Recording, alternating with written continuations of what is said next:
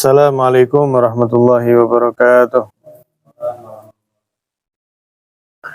Bismillahirrahmanirrahim. Bismillah, alhamdulillah, wassalatu wassalamu ala rasulillah Sayyidina Maulana Muhammad bin Abdullah wa ala alihi wa sahbihi man tabi'a sunnata waqtada bihuda. Subhanaka la ilma lana illa ma 'allamtana innaka antal alimul hakim wa tub alaina innaka antat tawwabur rahim. Amma ba'd. Hadirin yang dimuliakan Allah taala, melanjutkan nasihat daripada Al-Imam Al-Habib Abdullah bin Alwi Al-Haddad rahimahullahu ta'ala wa nafa'ana bihi bi ulumi fid dharain amin. Beliau menyatakan wa usika, dan saya berwasiat untukmu bi huduril qalbi, dengan selalu hadirnya hati, wa khusyu'il jawarih fi jami'i ibadatik, dan khusyuknya seluruh anggota tubuh di dalam segala bentuk ibadah yang engkau laksanakan untuk Allah Subhanahu wa taala. Nah, jadi beliau ini hadirin Imamul Haddad mengingatkan kembali kepada kita. Di antara yang penting itu dalam hidup apa itu? Yaitu ketika kita beribadah, dua hal. Hatinya hadir, anggota tubuhnya pun apa? Khusyuk, ikut tenang. Nah, karena sebagaimana sholat misalnya, bahwasanya tidaklah sholat itu sebagaimana disabdakan Nabi, tidaklah sholat itu bernilai kecuali ya sekadar hadirnya, sekadar khusyuknya, hadirnya seorang yang sholat dalam sholatnya tadi itu. Memang betul sholatnya misalnya zuhur 4 rakaat, tapi nilai daripada sholat zuhurnya itu terkadang nggak sempurna 4 rakaat, melainkan apa? Ya berapa persen dari 4 rakaat itu dia hadir. 50% yaitu yang diterima. 10% yaitu yang sampai kepada Allah. Sisanya ya tidak ada. Termasuk ketika kita mengaji, termasuk kita berbakti kepada orang tua, lah itu kan ibadah ya. Ibadah apapun, kita berpuasa, ya, dan lain sebagainya. Kata beliau yang paling penting ini supaya amal kita tidak sia-sia, eman-eman ya. Apa kuncinya kata beliau? Yang pertama adalah hadirnya hati, yang kedua khusyuknya anggota badan dalam pelaksanaan ibadah tersebut. Ya. Ketika berzikir misalnya, ketika membaca rotib Al-Haddad, rotibul Atos, betul-betul setiap zikirnya itu diresapi, difahami. Misalnya ketika menyatakan ya dzal jalali wal ikram amitna ala din Islam, wahai yang maha agung, yang maha mulia, wafatkan saya kelak dalam keadaan Islam kepadamu, iman kepadamu. Nah itu betul-betul penuh dengan harapan, penuh dengan keinginan, permohonan kepada Allah Ta'ala. Bukan hanya ya dzal jalali wal ikram amitna ala din Islam, tapi apa? Tapi tidak hadir hatinya. Nah ini kurang kata beliau. Begitu juga ketika ngaji, kita diperintah untuk mentadaburi daripada ayat-ayat. Sampai diantara mereka itu mengatakan, jika disuruh milih antara baca 2 surat ini kata salah seorang sholihin, yaitu surat Al-Qari'ah, Al-Qari'atul Al-Qari'ah itu dengan surat Al-Zalzalah. Baca 2 surat ini dengan tadabur makna dibanding membaca Al-Quran full tapi tanpa tadabur sedikit pun. Saya milih lebih mending, lebih baik saya membaca 2 surat ini dengan tadabbur. Yaitu surat yang menjelaskan tentang bagaimana keadaan hari kiamat. Sehingga ketika mentadaburi daripada ayat-ayat tersebut akan membangkitkan keimanannya, imannya dicas lagi, imannya di fullin lagi. Nah, ketika imannya full, maka hari-harinya pun bernilai tinggi di sisi Allah Subhanahu wa taala. Jangan sampai kita kesusu, cepet-cepetan ya.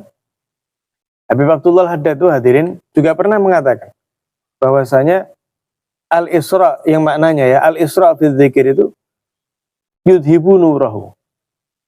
Jadi cepet-cepetan, tergesa-gesa di dalam membaca zikir itu bisa menghilangkan cahaya zikir tersebut. Kita misalnya baca napa? Wirdul Latif, baca Rotibul Haddad, apalagi Al-Qur'anul Karim. Itu ketika seorang hamba membaca, maka cahaya yang Allah Ta'ala titipkan dalam ayat-ayat tersebut, cahaya yang Allah Ta'ala titipkan dalam zikir-zikir tersebut, tasbih, tahlil, tahmid tersebut itu akan masuk ke dalam diri orang yang zikir. Nah, tapi kata Habib Abdullah Haddad, ketika orang bacanya ini ngebut, waduh baca rotib misalnya 3 menit selesai ya, ini bukan kebanggaan ini ya. Ini akhirnya apa? Keadaan kita sama seperti belum baca rotib kan gitu. Keadaan kita sebelum baca wirdul latif dan setelahnya sama saja. Kenapa? Nurnya tidak sampai. Kita nggak dapat nurnya, naudzubillah. Kenapa?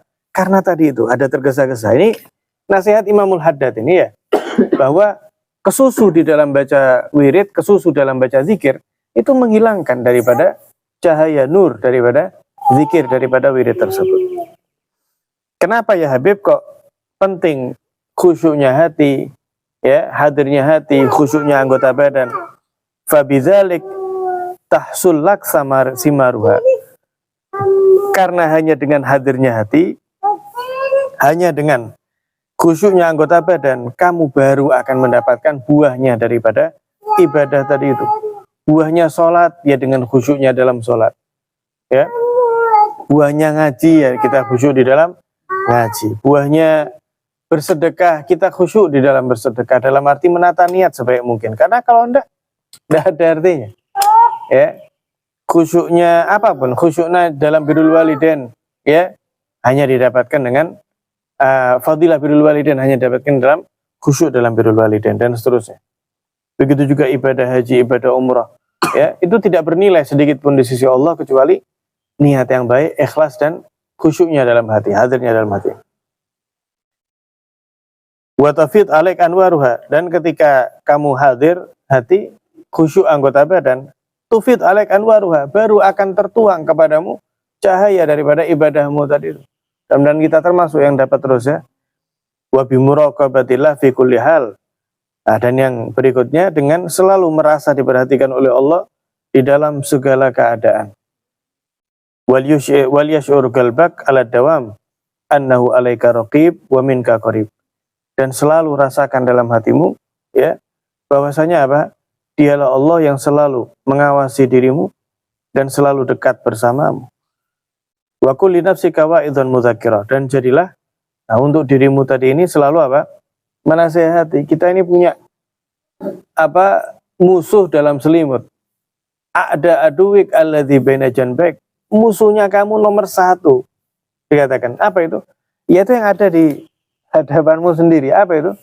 Ya hawa nafsu tadi ini. Ya sebelum musuh-musuh di luar, maka musuh utama itu apa? Ya hawa nafsu kita. Tapi hawa nafsu ini hadirin bisa untuk dilatih. Maka kata beliau apa? Wa kulli nafsika wa'idun mudzakira. Jangan nunggu orang lain menasihati kamu. Kamu harus menasihati dirimu sendiri. Kita harus bisa menasihati diri sendiri. Karena kita yang lebih tahu siapa diri kita. Kelemahan kita ada di mana. Orang kelemahannya kan masing-masing. Ada yang kelemahannya di dalam urusan jabatan, ada yang dalam urusan uang, ada yang urusan wanita, dan lain sebagainya. Nah, sehingga al-insan tabibun nafsih dikatakan. Manusia itu adalah dokter dirinya sendiri. Manusia itu dokter dirinya sendiri. Kenapa? Dia paling tahu apa yang butuh disembuhkan daripada dirinya. Wat'uha ila sabili rabbik bil hikmah wal mau'izal hasanah. Dan bimbinglah nafsumu tadi ini ya kepada jalan Tuhanmu, tentunya dengan hikmah dan mau'izah, ajakan yang baik. Ya dijak, kita harus memaksakan, memang harus dipaksakan. Ya apa? Dipaksakan. Misalnya apa? Tidak biasa melaksanakan ibadah sunnah, dipaksakan melaksanakan ibadah sunnah biar kulino, biar terbiasa. Berat untuk berangkat ziarah misalnya, ya emang harus dipaksa. Ya emang harus dipaksa. Nanti wis meninggal istirahat, yang mudah-mudahan sehat panjang umur ya. Wis istirahat, tidak ada lagi ziarah, tidak ada lagi ngaji, tidak ada lagi sholat. Ibadah sudah selesai, hatam. Wallahu a'lam bishawab. Tinggal menuai apa yang kita upayakan ya selama hidup tadi ini. Apa yang kita mohon kepada Allah melalui apa yang kita upayakan, mudah-mudahan diterima oleh Allah. Ya. Wa arifha ma laha fi ta'at min as-sawab wan na'im al-mukim. Dan selalu ingatkan, selalu kenalkan kepada nafsumu itu apa? Daripada ketaatan, buahnya itu apa? Pahala yang besar dan kenikmatan yang selama-lamanya. Wal izwar rifa'ah, dan kemuliaan dan keagungan.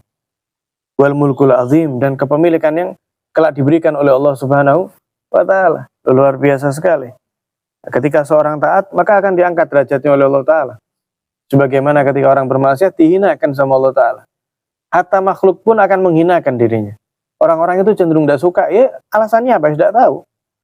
Ketika ada orang kok dijauhi, nggak disenangi sama orang banyak, kadang nggak ada alasan yang ditemukan. Nyembuh, orang kok kayak nggak suka, wah deket sama dia. Kenapa? Ini diantaranya karena telah dihinakan oleh Allah. Dihinakan kenapa? Karena jauhnya dirinya dari Allah. Na'udzubillah min dzalik. Wa ma'alaiha bitarkiha, dan bagaimana ketika orang meninggalkan ketaatan. Wa firtika bil ma'asi, bahkan ketika bermaksiat. Minal adzabil alim al khizyil azim, azabnya sakit, menyakitkan, kehinaannya besar. Kenapa? Fa inna nafsa li jahliha la takataf'al syai'an wa la tatrukuh illa li syai'in tarjuh aw li syai'in takhafu. Karena hawa nafsu ini ibarat kuda yang kalau tidak kita bimbing, maka dia ini akan berlarian nggak jelas, bisa-bisa masuk ke jurang ini. Nah, sehingga apa? Harus kita tuh pegang kendali daripada nafsu kita tadi ini. Siyama wahya majbulatun alal kasal an ta'at. Apalagi kata beliau, hawa nafsu ini memang tercetak, terbentuk, memang dasarnya, utamanya malas berbuat ketaatan. Jadi ketika orang malas berbuat ketaatan, ya emang itu dasarnya nafsu seperti itu. Lah untuk merubah kemalasan, harus kita ini menasihati diri kita sendiri. Kita ingatkan, ya bahwasanya kita ini pengen keberuntungan kelak di akhirat, pengen kebahagiaan kelak di akhirat, keberkahan ketika hidup di alam dunia ini, ya, sehingga apa? Dibangkitkan lagi.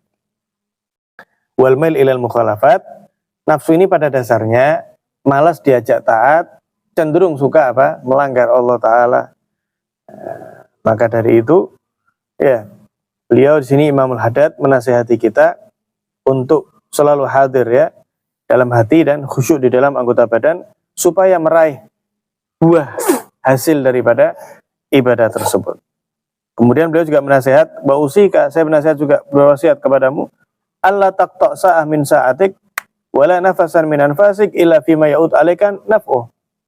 Ya, ini kata beliau, saya berwasiat kepadamu, jangan sampai engkau memutus waktu daripada waktu-waktumu, berlalu daripada waktu-waktumu, nafas daripada nafas-nafasmu, kecuali dengan hal yang bermanfaat untuk kamu. Baik bermanfaat itu berupa apa? Fi ma'atik wa au ma'asyik. Baik itu manfaat keberuntungan akhirat maupun kemanfaatan dunia. Yang mana manfaat dunia ini pun misalnya apa? Dibuat bekerja, dibuat belajar. Belajarnya ini untuk apa? Untuk memahami, mengelola dunianya dengan baik, supaya enggak salah, supaya enggak ketipu. Alladzi tasta'in bihi alal ma'at, yang mana kehidupan duniamu itulah dengan tenangnya kehidupan duniamu yang setelah engkau upayakan, engkau akan terbantu di dalam urusan akhiratmu. Kalau bahasanya ulama itu apa? Lebih baik mempersiapkan, ya, roti itu digantung. Kalau sudah roti itu digantung, zaman dulu kan roti-roti keras itu ya, digantung di rumah. Nah kalau sudah ada roti, makanan untuk hari tersebut, maka ibadahnya dia lebih tenang. Sholatnya, ibadahnya lebih tenang kepada Allah Ta'ala. Kenapa? Rizki hari itu sudah dipersiapkan, sudah diupayakan. Nah berbeda misalnya, orang tidak mengupayakan, maka dia bingung, sholatnya ini bingung.